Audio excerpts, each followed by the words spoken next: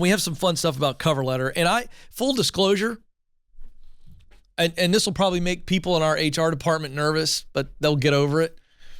I'm just speaking philosophically here, okay? I've never understood a cover letter. I understand it's tradition, and I will also say, and I'm having fun with our HR team, if we require one at Ramsey, great, do it. And I actually have a resource to tell you how to do it, okay? But I like questioning processes. And I've never understood a cover letter to me based on the data that hiring managers are spending 7.5 seconds or less scanning resumes, which tells me they're not even looking at the cover letter. And it's like, I just wish we as the people could all collectively get together and go, can we just abolish cover letters? All right. Well, nonetheless, it's still a tradition. And I've got in my hands here what the Muse, and we've had Catherine Minshew, who's the founder of the Muse, on my show before. She's great. This is a great website. This is what the Muse is calling the worst cover letter ever written, and I'm going to read this. And I think this makes my point. Because I think the only thing that can happen with a cover letter is something to go wrong. Now, here we go. And they've redacted some information. So it says, hey, and then it's redacted. It says, you're probably reading a lot of applications, and you're probably not enjoying yourself. I'm writing this cover letter, and I'm not enjoying myself either. So let me cut to the chase. I won't pretend that your company's mission is my passion, but I do think sales are interesting, and you seem to have a strong background per your LinkedIn page. If you hire me, I'll show up for the hours you expect me to and do what's asked. And you'll like me. Let's face it, that puts me ahead of 99% of the applicants already. Okay, so I do want to call something out.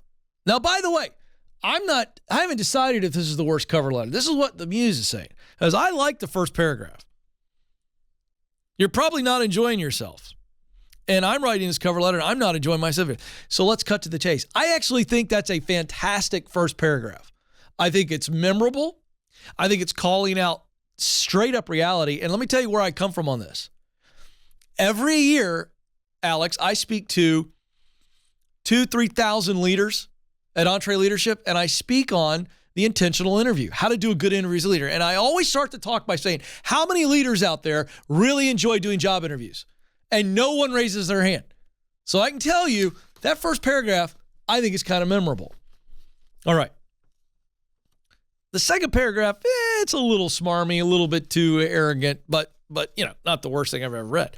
Here we go. Third paragraph. I graduated from, and it's been redacted, and was well liked there. And you know the importance of that for sales. I'm willing to bet that you won't like the personality of most of the people who appear to be qualified for this entry-level position, based on the fact that if they had time to meet the qualification for this job by the time they graduated college, they likely have no social skills. Oh boy. As someone who was voted life of the party both in high school and my fraternity, you won't have to worry about hiring some stiff loser who will poorly represent the youthful image of your company or any other worries you might have about your new hire being a cultural fit. You'll notice that I haven't talked about what skills I have yet. Do I honestly need to? I went to an elite institution, and we all know that I'd figure out how to use whatever programs you'd like me to toil away with. Working at your company doesn't take a rocket scientist, and I think we both know that. But the type of person you hire will matter, especially for your size team. Get back to me if you're looking for someone who you'll actually enjoy working with. Okay, I'm going to come out and say I disagree with the Muse. I don't think this is anywhere close to the worst cover letter ever written. Number one, there were no spelling issues to my knowledge. Quick scan. Grammar was fine.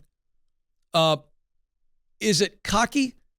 Is it a little on the provocative, sensational side? Absolutely. But that makes it memorable. But I'm going to tell you what this cover letter exposes in my good friends at the Muse.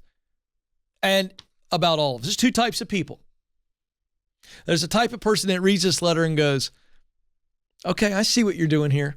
You're trying to stand out when most of these things are boilerplates and it's a big bunch of nothing. It's like eating a rice cake. You ever eaten a rice cake? All right, that's what cover letters are. This person put a nice spicy burger together with maybe a fried egg and some bacon and some pimento cheese. This is different. I don't mind this. It makes them stand out, but I will tell you, There's no middle ground on this letter. There's people like me that go, this is kind of interesting. I like it. I see what they're doing here. Then there's the people that go, you arrogant, insensitive jerk, you're going into the trash can. We got a lot of sensitive people in this world. I'm not one of them. Not with this kind of stuff. All right. So let's keep going on the cover letter issue.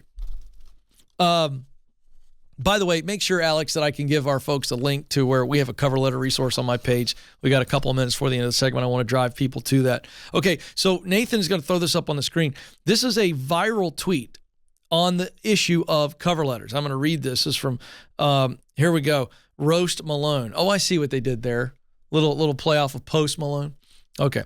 Cover letters are so weird. Like, bro, why do I need to write you some fan fiction about working for you? Okay. So this tweet went viral. It hit a nerve. I don't know if it was because it was entertaining, but I think that this tweet hits to what I'm saying, which is somewhere along the line, a cover letter became a tradition. It's a sacred cow, and it needs to be shot. Here we go. So here are some replies. Jake Tolbert replies, I'm gobstopped, by the way, fabulous word. I'm gobstopped that this many people wouldn't take every opportunity, including a couple decent paragraphs, proving you can actually form and write a coherent thought to get a job they wanted. If writing 3 paragraphs is too much work for a job, look for a different job. Now, so Jake's taking the position of, look, it's what you got to do. Jake's a rule follower. Okay? Jake's a rule follower. I got no problem with rule followers, but Jake is a rule follower. Well, it's what they asked for. Give them 3 paragraphs. And I think some people are going, this is stupid. All right. Dawn Skibba. I'm a recruiter. I read cover letters. I look at resumes for 30 seconds. And if the experience that I'm looking for doesn't stand out, I move on to the next. This is standard in the industry. I only hire for executive positions, and they don't write cover letters. Hey, Dawn, welcome to Common Sense. Dawn is a headhunter. Look at her, headhunter Dawn. She goes, I'm looking for executives. We don't make them write cover letters. It's all about experience, baby. Love it. Leo says, they're a nice touch. 3 paragraphs, short, sweet, to the point. Quick thank you for reading this far. Form letter for here I am, ready to work, attached to an app or resume, time well spent. I got to move quickly here. People don't read them anymore. Computers do. Resumes are just fed through an algorithm. That is correct. Pat++ is correct. And then Chels, maybe this is an unpopular opinion, but you don't owe any employer a thank you for reading your application. It's their job. We need a little less of this culture where applicants have to beg for consideration and feel like they owe their company something. Well, that's a little sour. By the way, How to Write a Cover Letter is a great article if you have to do one. And I don't like them, but if you have to, you have to. Do it the right way. KenColeman.com, How to Write a Cover Letter, KenColeman.com.